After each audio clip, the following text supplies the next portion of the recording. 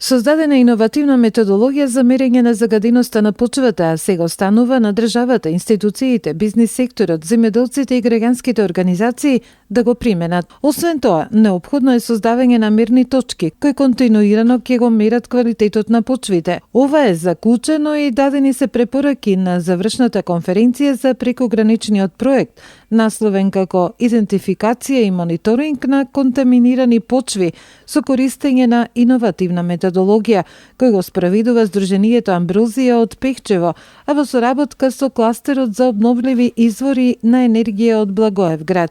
Со оглед на тоа дека ресурсите на почвата се ранливи, не се обновливи и подложни на промени, а ерозијата и загадувањето на почвата се актуелни, Амброзија во изминатите 15 месеци работеше тематски проект во рамките на програмата за прекогранична соработка.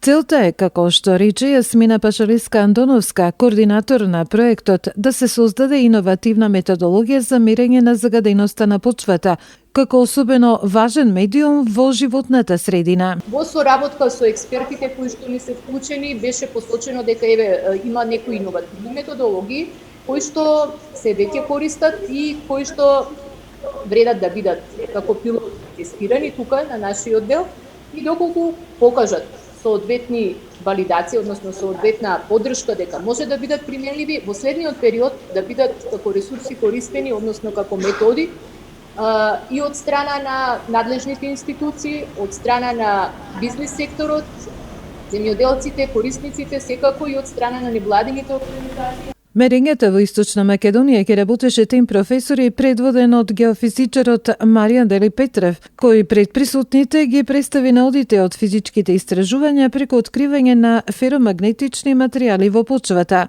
Дели Петров рече дека изненадувачко и за научните кадри ангажирани на проектот е што Македонија нема усвоена ставка за дозволени количества на тешки метали во почва, односно нема утврден стандард. Поради тоа, во мерењата се користени холандски стандарди, кои покажа енормно високи концентрации на тешки метали, како олово, цинк, хром, бакар, арсен и кадмиум. Овие метали се мерени на по 2 локации во Источна Македонија и 2 во Благоевградскиот регион во Бугарија. Земени се загадена и чиста локација, по претходни сознанија дека почвата била контаминирана.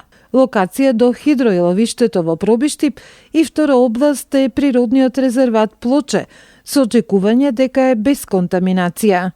Како што рековме и на обуката препораки, добро е да се направи мониторинг на целата држава, бидејќи е брза метода на целата држава, да се направи мрежа за да се контролира и да се гледа континуирано, да се прати загадувањето од тешките метали.